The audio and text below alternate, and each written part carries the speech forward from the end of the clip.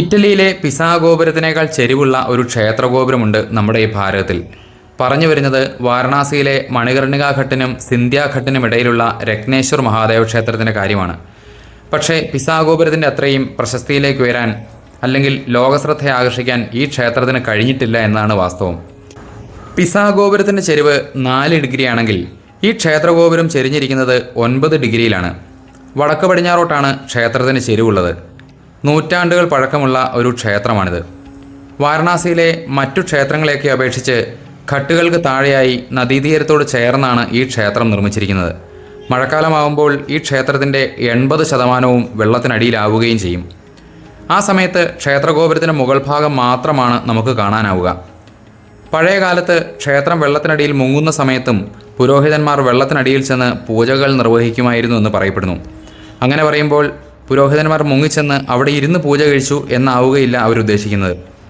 മുങ്ങിച്ചെന്ന് എന്തെങ്കിലും പൂജാദ്രവ്യങ്ങൾ സമർപ്പിച്ച് പോരുക എന്നതാവാം അതുകൊണ്ട് ഉദ്ദേശിക്കുന്നത്. ഈ ക്ഷേത്രത്തിൻ്റെ നിർമ്മാണ കാലയളവിനെ പറ്റിയും കൃത്യമായ വിവരങ്ങളൊന്നും ലഭ്യമല്ല. പറഞ്ഞു കേൾക്കുന്ന കഥകളനുസരിച്ച് ഏകദേശം 500 വർഷങ്ങൾക്ക് മുൻപ് രാജാ മാൻസിംഗിൻ്റെ ഒരു സേവകൻ തൻ്റെ അമ്മ രത്നബായിക്ക് വേണ്ടി നിർമ്മിച്ചതാണെന്ന് പറയപ്പെടുന്നു. റവന്യൂ രേഖകൾ പറയുന്നതനുസരിച്ച് 1820 മുതൽ 1830 വരെയുള്ള കാലത്താവാം ഇത് നിർമ്മിച്ചത് എന്നും പറയുന്നുണ്ട്. മറ്റു ചിലർ പറയുന്നതനുസരിച്ച് 19-ാം നൂറ്റാണ്ടിൽ ഗ്വാളിയോറിലെ രാജ്ഞി ബൈജാബായിയാണ് ഇത് നിർമ്മിച്ചതെന്ന് പറയപ്പെടുന്നു. ഏതാണ്ട് 25 മീറ്ററോളം ഉയരമാണ് ഈ ക്ഷേത്രഗോപുരത്തിനുള്ളത്. കാശി കർവത് എന്നൊരു പേരും രത്നേശ്വർ മഹാദേവ ക്ഷേത്രത്തിനുണ്ട്. പഴയ കാലത്തെ ചിത്രങ്ങളിൽ പക്ഷേ ക്ഷേത്രത്തിന് ഈ ഒരു ചെരിവ് കാണുന്നില്ല. മഴക്കാലത്ത് വെള്ളം കയറുന്നത് മൂലം അടിത്തറ ദുർബലമായതാണ് ക്ഷേത്രം ചെരിയാനുള്ള ഒരു കാരണമായി പറയുന്നത്.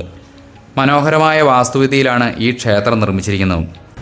ഈ ക്ഷേത്രത്തെ കൂടാതെ മറ്റു ചില ക്ഷേത്രങ്ങൾ കൂടി നദീതീരത്തോട് ചേർന്നുണ്ടായിരുന്നുവെന്ന് പഴയകാലത്തെ ചിത്രങ്ങളിൽ നിന്നും മനസ്സിലാക്കാം. പക്ഷേ കാലത്തെ അതിജീവിച്ചത് ഈ ക്ഷേത്രം മാത്രമാണ്. വെള്ളം കയറുന്ന സ്ഥലമാണ് അടിത്തറ ദുർബലമാകും എന്നറിയാമായിരുന്നുവെങ്കിലും ഇത്രയും താഴ്ന്ന ഒരു ഭാഗത്ത് ഇതുപോലെയൊരു ക്ഷേത്രം നിർമ്മിച്ചതിൻ്റെ ആ ഒരു കാരണവും ഇന്നും നിഗൂഢമായി തുടരുന്നു. കാശിയിലെത്തുന്ന ഫോട്ടോഗ്രാഫി പ്രേമികൾക്ക് ഏറ്റവും ഇഷ്ടപ്പെട്ട സ്ഥലങ്ങളിലൊന്നാണ് രത്നേശ്വർ മഹാദേവ്. വാരണാസിയിലെ ചെരിഞ്ഞ ക്ഷേത്രമെന്ന അർത്ഥത്തിലാണ് ഇത് കാശി കർവത് എന്നറിയപ്പെടുന്നതും.